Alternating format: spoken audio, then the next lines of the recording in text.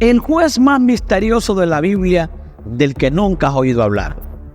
¿Alguna vez has oído hablar de la operación más peligrosa jamás relatada en la Biblia? ¿Sabes el nombre del hombre que logró llevarla a cabo? Su nombre es Ahod. Déjame contarte su historia.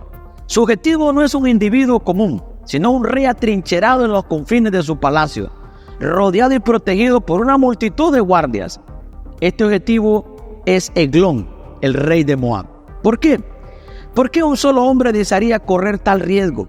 ¿Y cuál es su papel en cumplir esta misión? Él es parte de una categoría de personas en la historia conocida como jueces. Sin embargo, este término no transmite completamente el significado de su papel. En hebreo, esta palabra significa conciliador o solucionador de problemas. Se podría decir que forma parte de un selecto grupo de privilegiados cuya misión es salvar al pueblo de Dios de sí mismo y de los demás. Un juez se caracteriza por lo que ha logrado. En el libro de los jueces, capítulo 3, versículo 12 en adelante, embarca en una de las operaciones más riesgosas jamás registradas.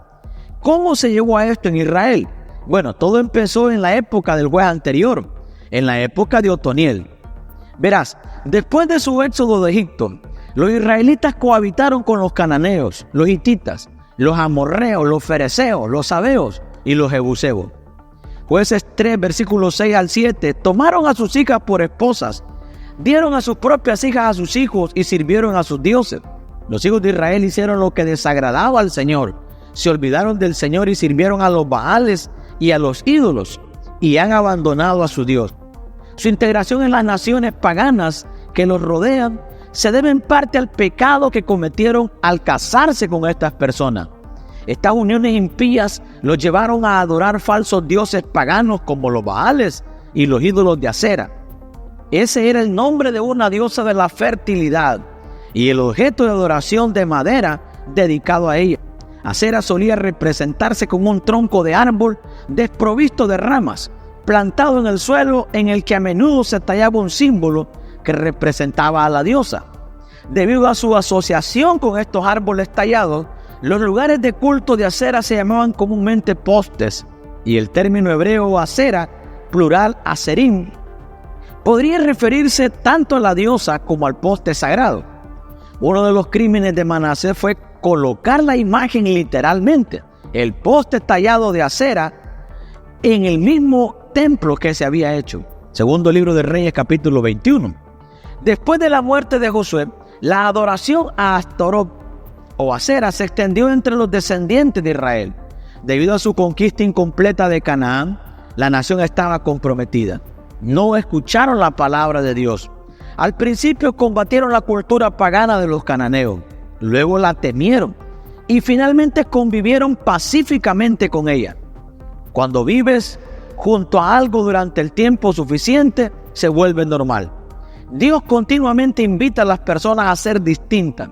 El estándar de Dios para su pueblo era que ellos fueran diferentes a las naciones circundantes. Desafortunadamente, no obedecieron.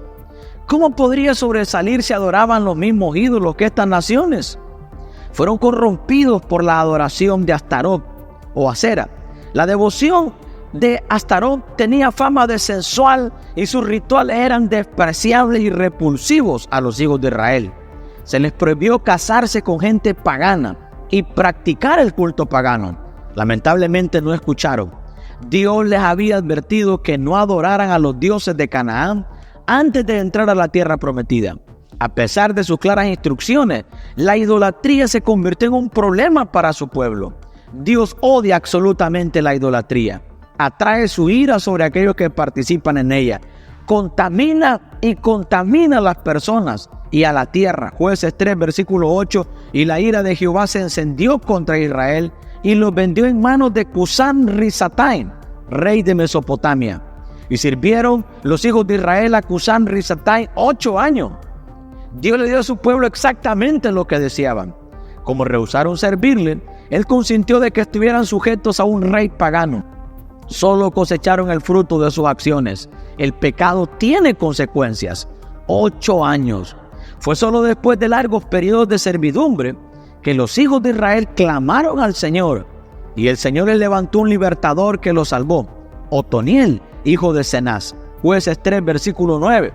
Llega en un momento en que la vida de todos, en que se dan cuenta de su incapacidad para librarse por sus medios.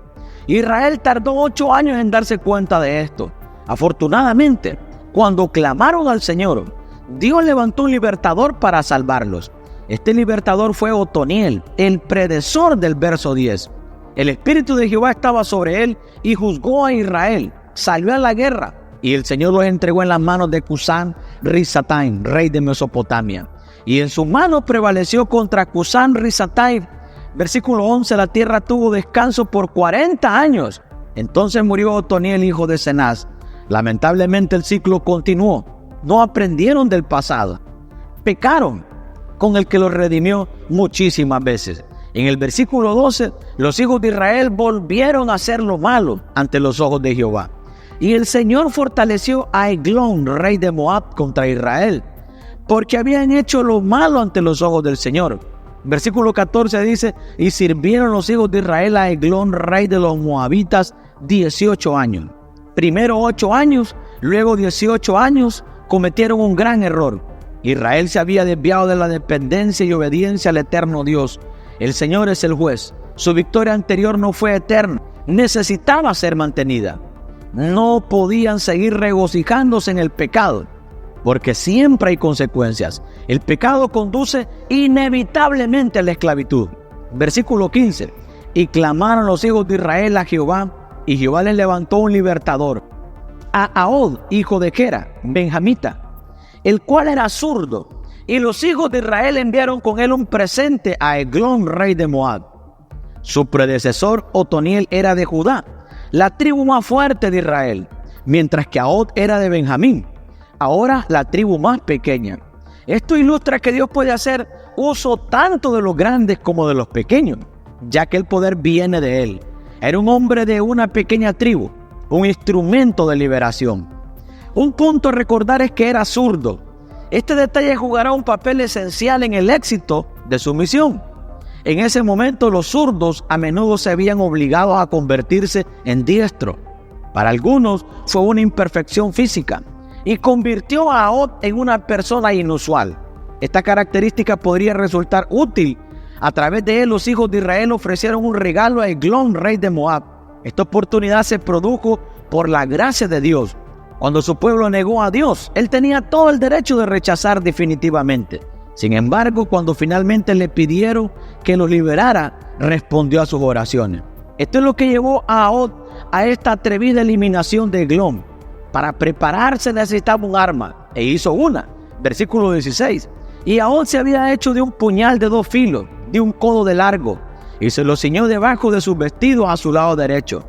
Si Ahod hubiera sido diestro, su espada habría sido usada en su lado izquierdo, y era inusual ver a un hombre manejar una espada o una daga con la mano izquierda, ya que la mayoría de los hombres luchaban con la mano derecha. Ese era uno de sus errores. Ahod era un hombre extraordinario. El plan estaba en su lugar. Finalmente llegó el fatídico día, un día que lo cambiaría todo o le costaría la vida a Israel. Estaba obligado a pagar este tributo porque estaba sujeto al rey de Moab. Ahod se presentó a Eglón como enviado mensajero. En los países del este se ofrecen regalos, tributos y otros bienes con bombos y platillos. Versículo 17 al 19. Entregó el presente a Eglón, rey de Moab, y era Eglón hombre muy grueso. Y luego que hubo entregado el presente, despidió a la gente que lo había traído.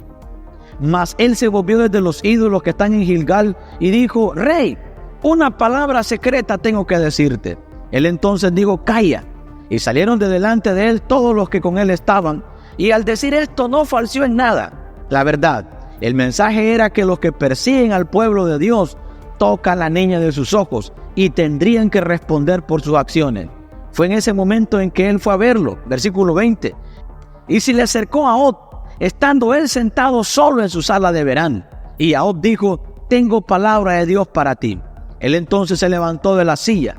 Versículo 21. Entonces alargó Ahod su mano izquierda y tomó el puñal de su lado derecho y se lo metió por el vientre. Versículo 22. De tal manera que el empuñador entró también tras la hoja, y la gordura cubrió la hoja, porque no sacó el puñal de su vientre. y salió el estiércol. Versículo 23, y salió Ahod al corredor y cerró tras sí las puertas de la sala y las aseguró con el cerrojo. Cuando él hubo salido, vinieron los siervos del rey, los cuales viendo las puertas de la sala cerradas, dijeron: sin duda, él cubre sus pies en la sala de verano. Y habiendo esperado hasta estar confusos, porque él no abría las puertas de la sala, tomaron la llave y abrieron. Y aquí su señor caído en tierra, muerto. Versículo 26, mas entre tanto que ellos se detuvieron, Ahod escapó. Y pasando los ídolos, se puso a salvo en Seirab. Y cuando había entrado, tocó el cuerno en el monte de Efraín, y los hijos de Israel descendieron con él del monte, y él iba delante de ellos. Entonces él les dijo: seguidme, porque Jehová ha entregado a vuestros enemigos los moabitas en vuestras manos. Y descendieron en pos de él, y tomaron los vados del Jordán a Moab, y no dejaron pasar a ninguno. Y en aquel tiempo mataron de los moabitas como 10,000 hombres, todos valientes y todos hombres de guerra. No escapó ninguno. Así fue subyugado Moab aquel día bajo la mano de Israel, y reposó la tierra 80 años.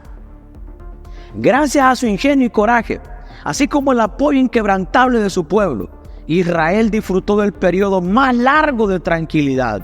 Ahod ilustra notablemente cómo un hombre puede hacer una diferencia a través del Señor, y cómo Dios llamará a otro a colocar con este hombre para lograr el cambio. Aunque esta historia es una de las más explícitas en las Escrituras, también es muy edificante. Los lectores originales habrían visto el poder de Dios en esta historia por varias razones. Primero, un solo hombre penetró en el palacio del rey, lo eliminó y se fue sin ser arrestado. Esta fue una hazaña inesperada que implicó grandes riesgos. Segundo, una sola persona cambió los siguientes 80 años de la historia de Israel. La historia va más allá de la eliminación de un tirano. Provoca un cambio en la historia nacional que impactó a toda una generación. En tercer lugar, el éxito de Ahod es una historia de liberación.